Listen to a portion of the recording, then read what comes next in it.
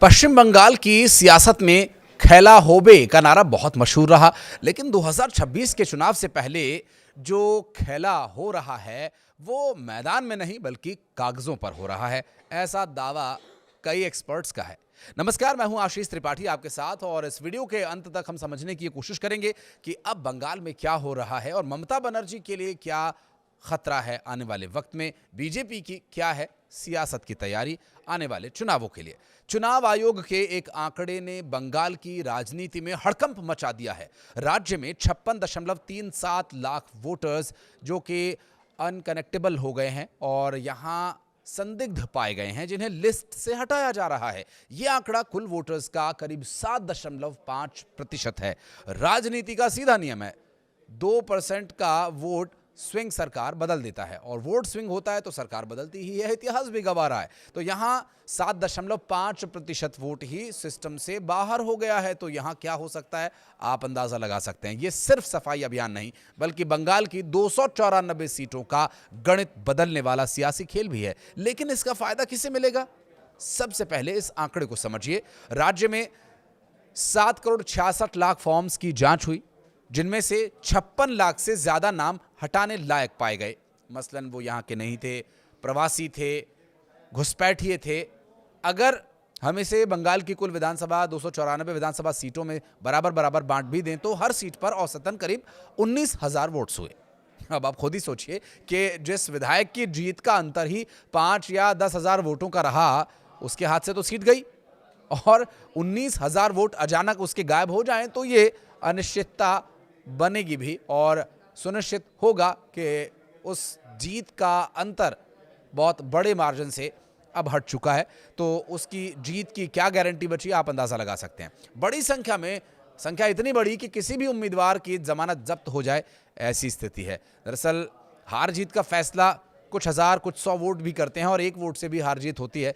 लेकिन इस तथाकथित सर्जिकल स्ट्राइक का सबसे ज्यादा असर उन सीटों पर होगा जिन्हें मार्जिनल सीट्स कहा जाता है।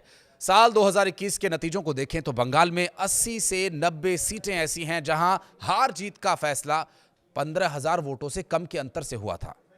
मान लीजिए किसी सीट पर तृणमूल या बीजेपी का उम्मीदवार 5,000 वोट से जीत गया। अब यहां लिस्ट पुनरीक्षण में यानी रिवीजन जो हुआ, 19,000 नाम कट चुके हैं।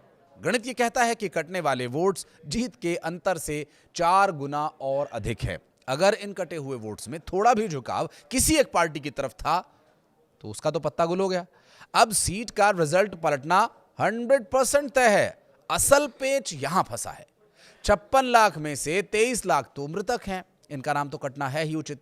लेकिन बाकी 30 लाख से ज्यादा वोटर्स ऐसे हैं जो शिफ्टेड हैं, यानी उनका पता बदल चुका है या अनट्रेसेबल हैं, जिनका पता मिल ही नहीं रहा है। बिहार चुनाव में भी कुछ ऐसा ही हुआ था। यहां आरोप ये लगे थे कि लापता बता करके विरोधी पार्टी के कोर वोटर्स, खासकर गरीबों, अल्पसंख्यकों को लिस्ट से बाहर कर दिया गया। बंगाल में भी विपक्ष को अब यही डर है। वेरिफिकेशन के नाम पर चुन चुनकर नाम काटे जा रहे हैं और 7.5% कटौती का लाभ किसे मिलेगा, ये इस बात पर निर्भर करता है कि वोट कटने वाले किसके हैं, वो कौन लोग हैं।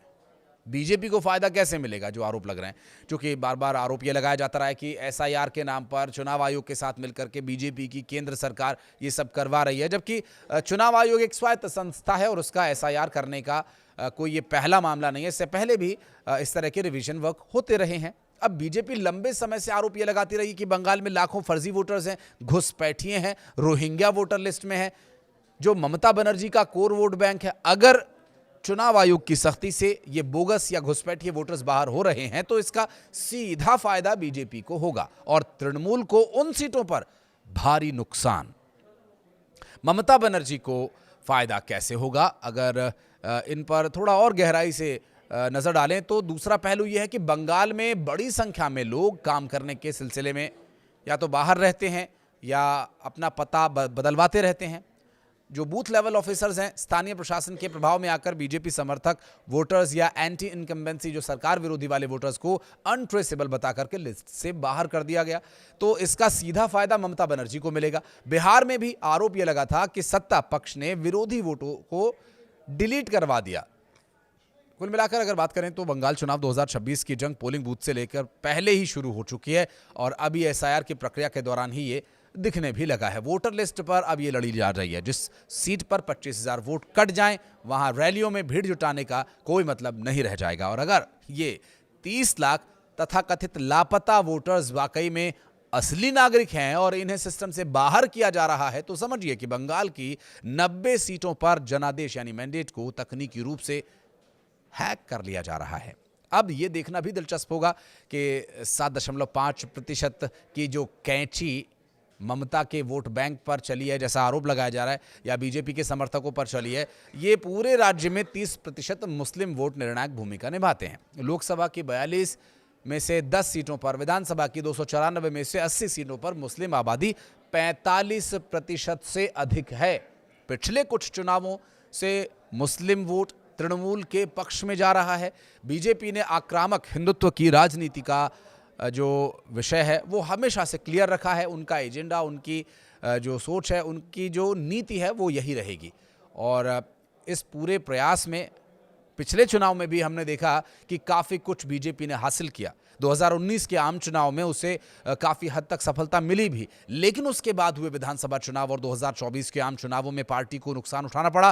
दिलचस्प बात यह है कि इन इलाकों में हिंदू आबादी भी अच्छी तादाद में है, लेकिन बीजेपी के लिए इस पिच पर ममता को हराना आसान नहीं होगा और उसकी सबसे बड़ी चुनौती होगी राज्य स्तर पर ममता के सामने लीडरशिप खड़ी करना।